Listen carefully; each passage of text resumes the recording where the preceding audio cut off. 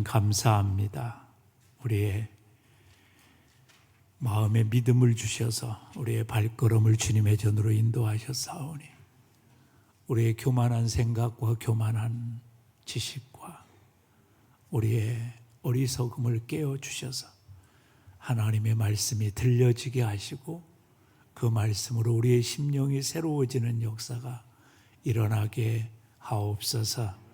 사랑 많으신 우리 구주 예수 그리스도의 이름으로 기도드리옵나이다. 아멘. 인생을 살다 보면 삶이 힘들고 어려워질 때가 있습니다.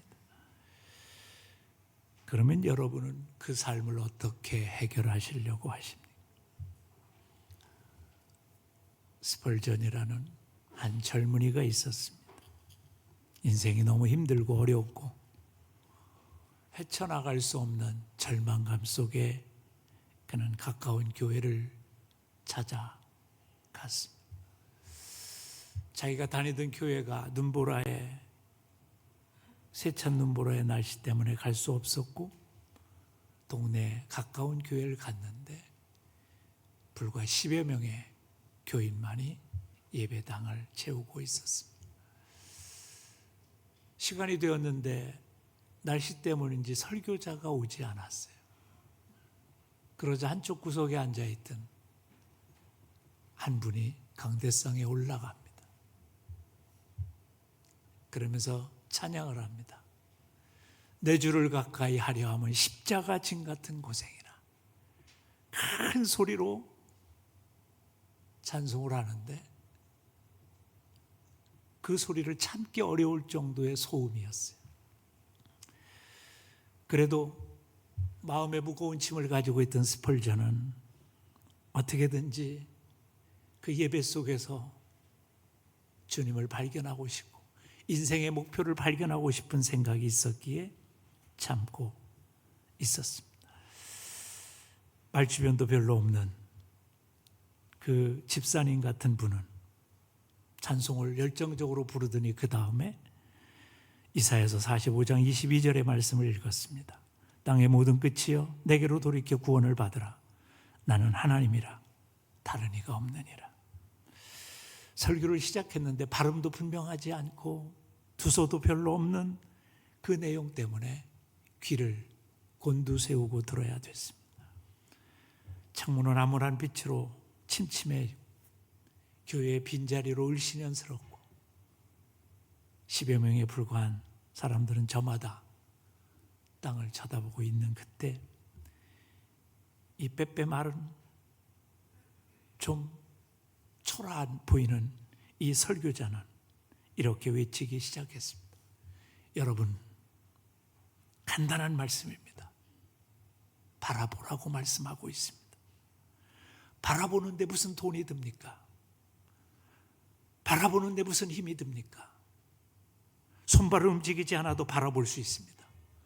바라보는 건 배워야 되는 게 아닙니다. 무식한 자도 바보도 바라볼 수 있습니다. 바라보는데 기간이 필요하지 않습니다. 세월이 필요하지 않습니다. 80이 되어도 바라볼 수 있고 어린아이도 바라볼 수 있습니다. 설교는 아주 단순했습니다. 근데 점점 목소리가 올라갔습니다. 주님이 오늘 나를 바라보라고 말씀하십니다. 왜 당신만 바라보고 왜 염려하고 근심하고 있습니까? 왜 자기만 바라보고 그렇게 교만에 빠져서 네가 제일 잘났다고 생각하고 있습니까? 주님은 우리를 위해서 십자가에 달려 죽으셨습니다. 그리고 바라보라고 하십니다. 우리 때문에 죽으셨다 부활하셨습니다. 그러면서 바라보라고 하십니다. 근데 갑자기 스펄전의 마음속에 하나님이 지금 자기를 부르고 있다는 생각이 들었습니다. 스펄전, 넌 지금 왜 염려하고 있니? 너는 왜 삐져 있니? 너는 왜 삶이 힘들다고 그렇게 원망하고 있니? 나를 바라봐라.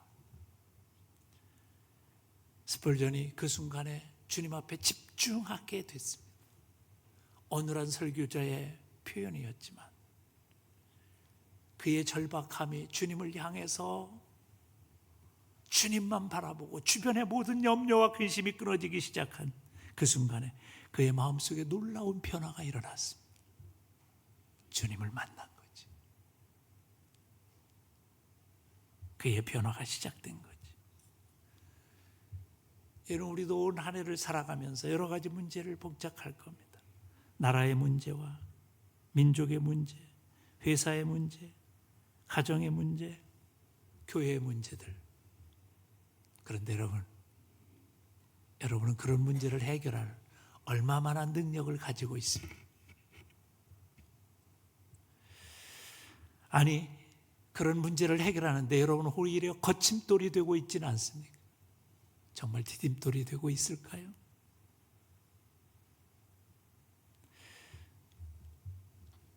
그렇다면 오늘 여호사밧이 당한 그 절규와, 아니 어려움 속에서의 절규와 그의 태도를 우리가 한번 생각해 봐야 됩니다. 12절로 가서 다시 한번 보겠습니다. 그의 기도를 한번 들어보십시오. 다 같이 다시 한번 읽어볼까요? 시작. 우리 하나님이여, 그들을 징벌하지 아니하시나이까. 우리를 치러 오는 이 큰 무리를 우리가 대적할 능력이 없고 어떻게 할 줄도 알지 못하고 오직 주만 바라보나이다.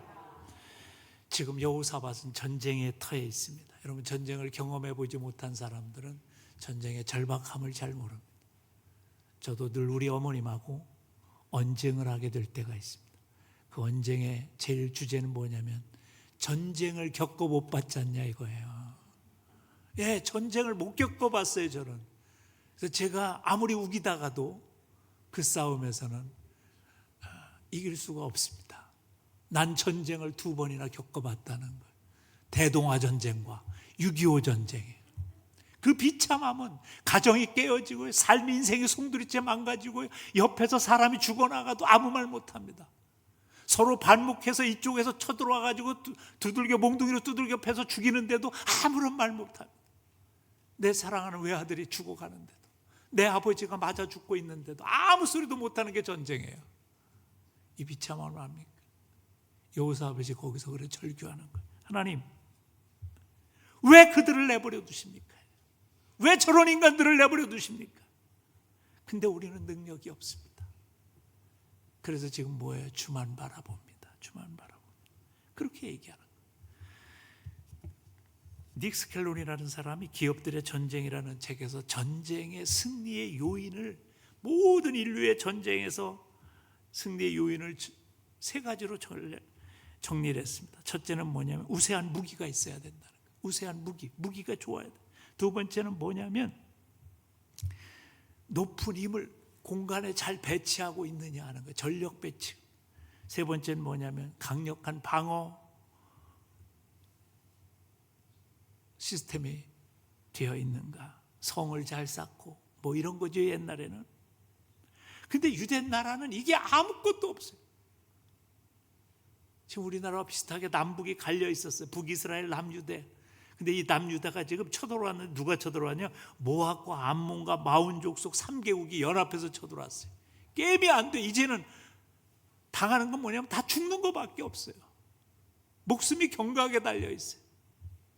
그 위기 속에서 여호사밧이 기도합니다. 하나님, 우리는 대적할 능력도 없고 그 다음이 중요해요. 어떻게 할 줄도 알지 못하는, 어떻게 할지 알지 못해.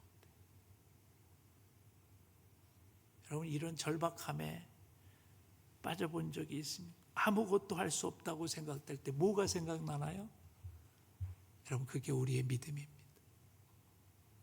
아무것도 바라볼 것이 없을 때 주님이 보일 줄 알면 그 사람은 주님에 대한 믿음이 있는 거예요. 그래서 오늘 본문의 앞절에 읽어보면 정말 여호사밧의 마음이 드러납니다. 3절과 4절에 보면 여호와께 주님만이 해결자이시고 주님만이 문제의 해답이심을 바라봅니다. 여러분, 우리가 인생을 살 때 왜 우리가 자꾸 문제에 대해서 집착하고 문제에 빠져서 살게 되는지 아십니까? 문제가 커 보여서 그렇습니다. 그래서 사람들을 보면 그런 분들이 너무 많아요. 어떤 분은 요즘에 나라가 좀 그러니까 목사님 가만히 있으면 됩니까?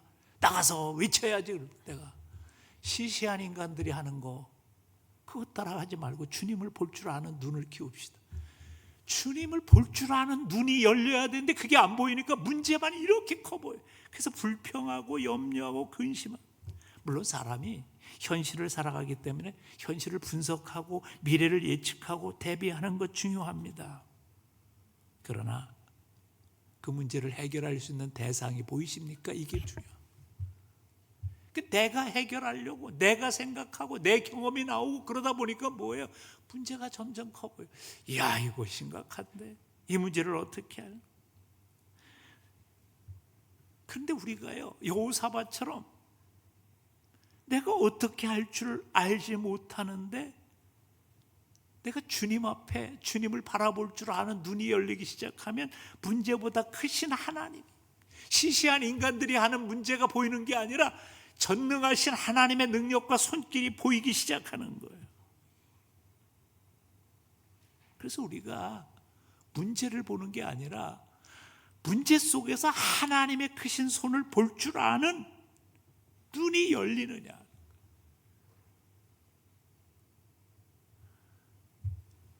우리가 요즘에 날씨에 참 민감한 것 같아요. 폭설이 온다. 그러면 걱정을 합니다. 아이고, 내일 출근하는데 이거 어떻게 해야 되나 뭐 그런데. 비가 좀 온다 그러면 요즘 가만히 보니까 미리 사고를 예방하고 나쁜 소리 안 들으려고 과대 일기예보를 하는 경우가 많아요. 제가 느끼긴 그래요. 근데 여러분 이거 아십니까? 먹구름 위에는, 폭풍 위에는, 태풍 위에는 찬란히 떠있는 태양이 있다는 사실을 볼 줄 아는 눈이 있느냐. 그게 얼마나 잠시고 일시적인가. 자연이 아무리 위대하고 했다고 해도 전능하신 하나님이 그 위에 계시다는 걸 볼 줄 아는 눈이 있느냐, 이게 중요한 거예요. 그래서 히브리서 기자는 우리에게 이렇게 도전하잖아요. 믿음의 주요 또 온전케 하시니 예수를 바라보자. 그는 그 앞에 있는 기쁨을 위하여 십자가를 참으사 부끄러움을 개치 아니하시더니 하나님 보좌 우편에 앉으셨느니라. 여러분, 그래서 우리의 믿음이 오늘에 있는 상황과 조건과 문제를 보고 거기에 빠지는 게 아니라 그 뒤에 주관하시고 그 문제를 해결하실 하나님이 보이느냐, 이게 중요한 거예요. 홀로 된 아들이 죽은 아들을 붙들고 장례하면서 애통하는데 그가 주님을 봤어요. 그러니 어때요? 그 문제가 해결되잖아요. 인생의 고민과 역경을 가졌던 12년 동안 혈루증을 앓는 여인, 의사를 만나도 해결할 수 없어 절망하고 있었던 여인이 내가 예수만 바라보자. 그 믿음이 들으니까 예수를 볼 때 그의 인생의 문제가 해결되는 역사가 있었던 걸 그는 경험했어요. 저는 우리가 신앙생활하면서 적어도 주님을 볼 줄 아는 눈이 열려져야 그때 뭐예요? 담대함이 생기는 거예요. 믿음이 생기는 거예요. 시시한 인간들의 생각을 보고 그것 때문에 염려하고 근심하는 게 아니라 전능하신 하나님의 손길을 보고 우리의 나가는 길이 보이는 거예요. 폭풍 위에, 구름 위에 태양이 있는 걸 볼 수 있는 것. 사실 우리의 주위를 둘러보면 희망적이지 않습니다. 모든 게 돌아앉은 것 같은 마음이 듭니다. 그래서 우리 마음을 가눌 길이 없을 때가 있어요. 그때로 무슨 생각을 하십니까? 내 마음을 문제에 뺏기지 않도록, 내 문제를 상황에 빼앗기지 않도록. 별 수 없는 인간들의 삶에 내 마음을 별 수 없는 인간들의 언어에 내 마음을 빼앗기지 않으려고 해요. 나를 주관하시고 통찰하시고 나의 머리털 하나까지 세임받으시는 그 주님의 능력을 볼 줄 아는 눈을 내게 있게 하옵소서. 이게 돼야 되는 거예요.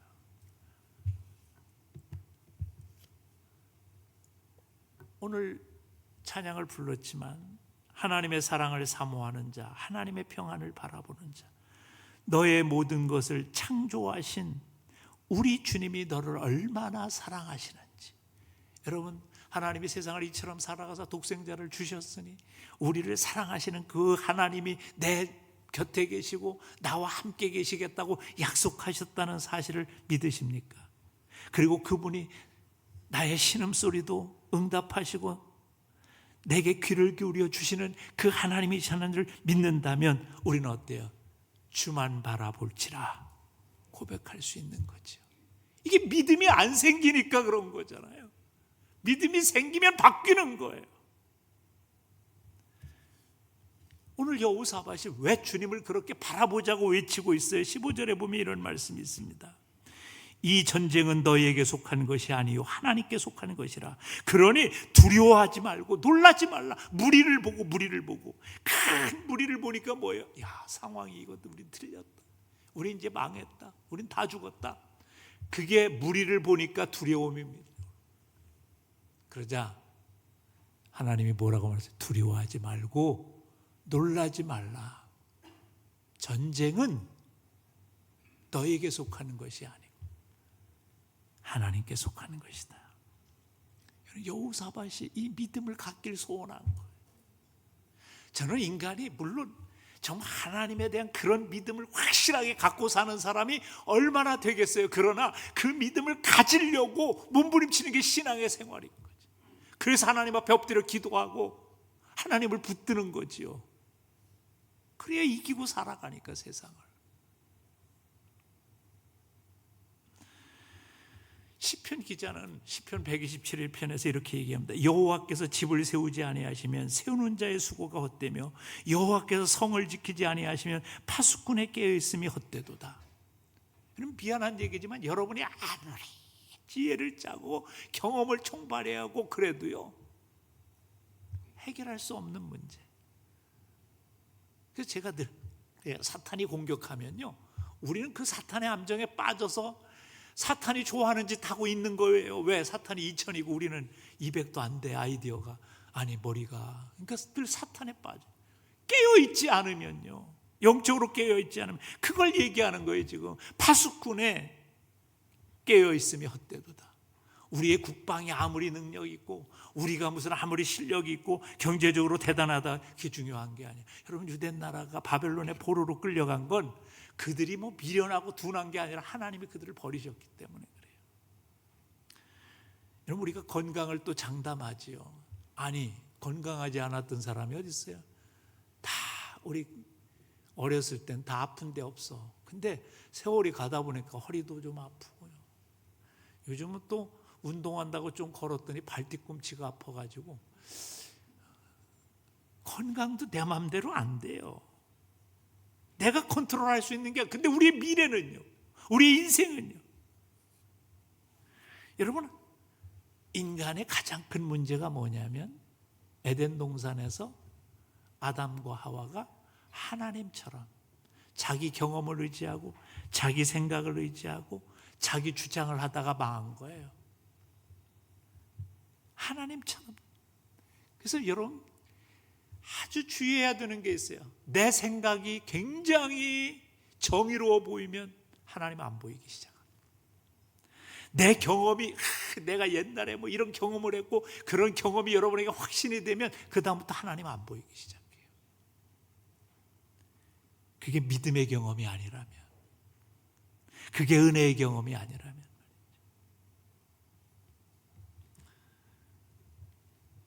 여러분, 그래서 성경이 무서운 말씀하시는 거 아세요? 시편 14편에 보면 어리석은 자는 그의 마음에 이르기를 하나님이 없다 하는도다. 하나님이 없다 그렇게 말하는 게 아니라 하나님이 없는 것처럼 말하고 하나님이 없는 것처럼 생각하고 하나님이 없는 것처럼 살아간다는 거예요. 우리 그럴 때 많아요. 가끔 농담 삼아서 그런 얘기를 해요. 뭐 어디에 뭐 그렇던데 어느 목사님이 뭐 어떻게 했고 뭐 어느 장로님이 그랬고 그러면 제가 이렇게 얘기합니다. 요즘 하나님 안 믿나 보지 뭐. 뭐 그렇게 심각한 게 아니에요. 인간들은 별 수 없어요. 사탄의 음모에 빠지고 괴계에 빠지면 안 믿는 사람처럼 그렇게 군다니까. 근데 저는 그렇게 대답해요. 누가 뭐라고 하면 요즘 하나님 안 믿네. 옛날엔 믿었었어. 다시 믿으면 되지. 굉장한 일 아니에요. 인간이 별 수 없거든요. 그런데 문제는 이거예요. 하나님이 그를 버리셨은즉 따라잡으라. 건질 자가 없느니라. 근데 하나님이 버리시면요, 해결책이 없어요. 그래서 하나님이 없는 것처럼 사는 사람이 너무 많아요. 하나님 믿는다고 하면서. 잘 생각해 보세요. 나는 하나님 정말 있는 것처럼, 하나님이 능력이 계신 분이고 하나님이 내 문제를 해결하실 분이고 내 인생의 해답이라는 것을 믿고 사는지 말이죠. 오늘 이 민족의 멸망의 위기 앞에서, 생존의 위기 앞에서 여호사밧이 어떻게 주님을 바라보는가를 그래서 주목해 봐야 돼요. 20절에 보면 이렇게 말씀합니다. 여호사밧이 서서 이르되, 여호사밧이 백성들에게 얘기하는 거예요. 왜? 기도하고 나서 그의 마음속에 믿음이 생기니까 얘기하는 거예요. 뭐라고 얘기하냐면, 내 말을 들을지어다. 너희는 하나님 여호와를 신뢰하라. 그리하면 견고히 서리니. 결국 믿음의 문제라는 거예요. 하나님을 신뢰하는 게 문제라는 거예요. 6절에 가서 보면 그래서 이렇게 얘기합니다. 주의 손에 권세와 능력이 있사오니 능히 주와 맞설 사람이 없나이다. 정말 하나님이 그런 분으로 보이세요? 그래서 제임스 베커가 뭐라고 그랬냐면요, 우리에게 이런 도전을 했습니다. 넌 하나님이 어떤 하나님인 줄 아니? 하나님을 네가 어떤 하나님인가를 아는 게 네 믿음의 수준이다 그랬어요. 하나님이 내 생사화복을 주장하시고 이 인간의 시시한 인간들의 모든 생각, 세상의 술수와 음모와 모든 것을 평정하시고 한 번의 순간에 해결하실 수 있는 그런 하나님으로 보고 살아가니, 아니면 네가 걱정하고 염려하는 그 정도의 하나님으로 생각하니 그걸 도전하고. 오늘 여호사밧은 믿음은 뭐냐? 능히 주와 맞설 사람이 없고 주의 손에 권세와 능력이 있는 걸 믿는 사람이 뭐예요? 주만 바라볼 줄 아는 거예요.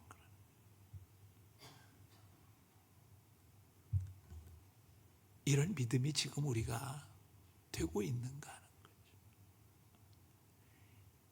이게 안 돼서 어떻게 하는 거예요? 여호사밧도 하나님께 기도했어요. 3절에 가서 보면요, 성경 앞에 이런 말씀이 있어요. 여호사밧이 두려워하여. 여호사밧도 두려웠어요. 안 두렵겠어요? 저도 두려워요. 문제가 생기면 걱정이 돼요. 왜 안 되겠어요? 근데 그걸 기도의 초청으로 한 거예요. 문제가 생기고, 그래서 우리 깨어있는 기도자들은 어떻게 하는 거예요? 주변에 뉴스를 보거나 환뭘 보면 주님의 초청장을 받는 거예요.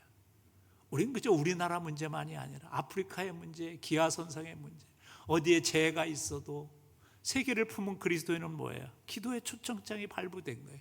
내가 그 소리를 들었으면 기도의 자리에 있는 거예요. 그래서 때로는 1시간, 2시간, 3시간 하나님 앞에 엎드려 깨어 기도하며 그 문제에 대해서 하나님 앞에 간구하는 거. 오늘 보세요. 여호사밧이 두려워하여 여호와께로 낯을 향하여 뭐예요? 간구하고 온 유다 백성에게 금식하라. 여호와의 낯을 구하고 간구하다는 거예요. 간구는 뭐예요? 간절히 구하는 거예요. 여호와께 낯을 향하고 간구하는 거예요. 금식하며 기도했다.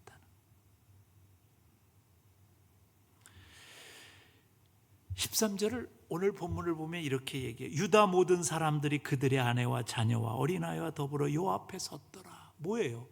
여호사밧의 간절한 간구를 듣고 하나님 앞에 선 거예요. 하나님을 대면했다는 게 뭐예요? 하나님 앞에 1대1의 기도에 나선 거예요. 온 가족과 민족. 제가 설교를 할 때 늘 마음에 부담감이 있는 게 이거예요. 오늘 말씀을 몇 명이나 듣고 하나님을 대면할까?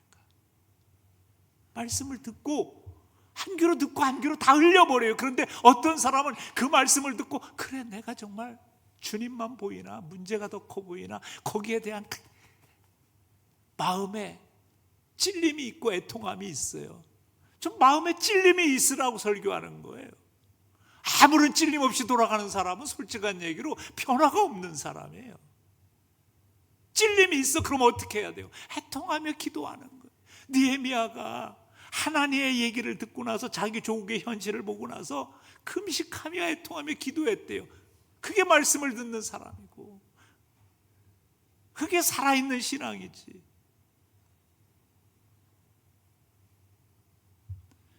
그래서 오늘 뭐예요? 하나님 앞에 간구하고 금식하자. 그러니까 백성들이 다 하나님을 대면하기 시작. 그때 역사가 시작되는 거예요. 주님이 뭐라고 말씀하셨어요? 너희가 기도할 때 무엇인지 믿고 구하는 것을 다 받으리라.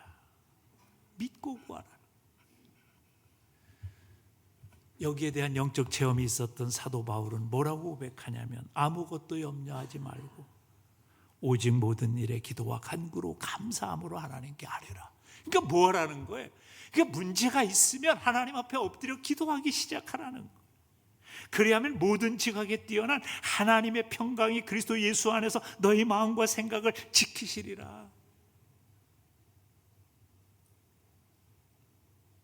여러분 솔직히 한번 생각해보세요. 나는 문제를 가지고 하나님 앞에 얼마나 기도하고 있는가 말이죠.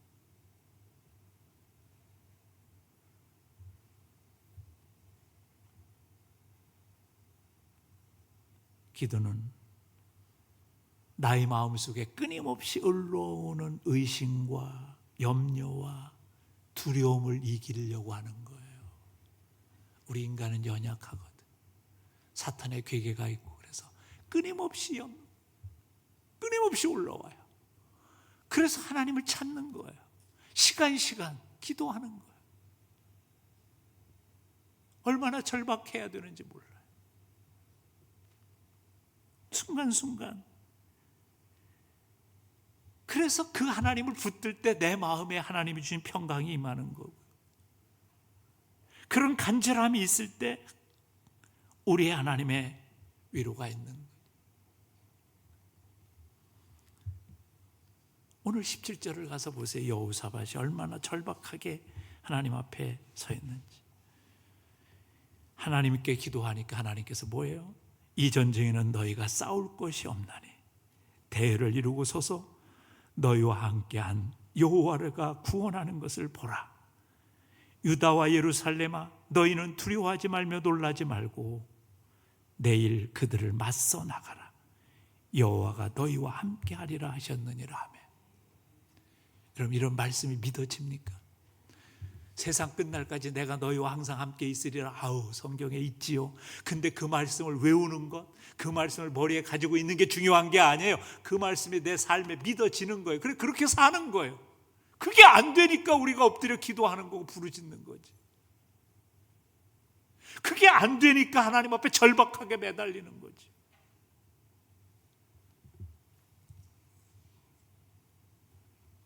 여러분, 우리의 싸움은 혈과 육의 싸움이 아니라 믿음의 싸움인 거예요. 우리 가데스바에서 12명의 정탐꾼이 가나안 땅에 가서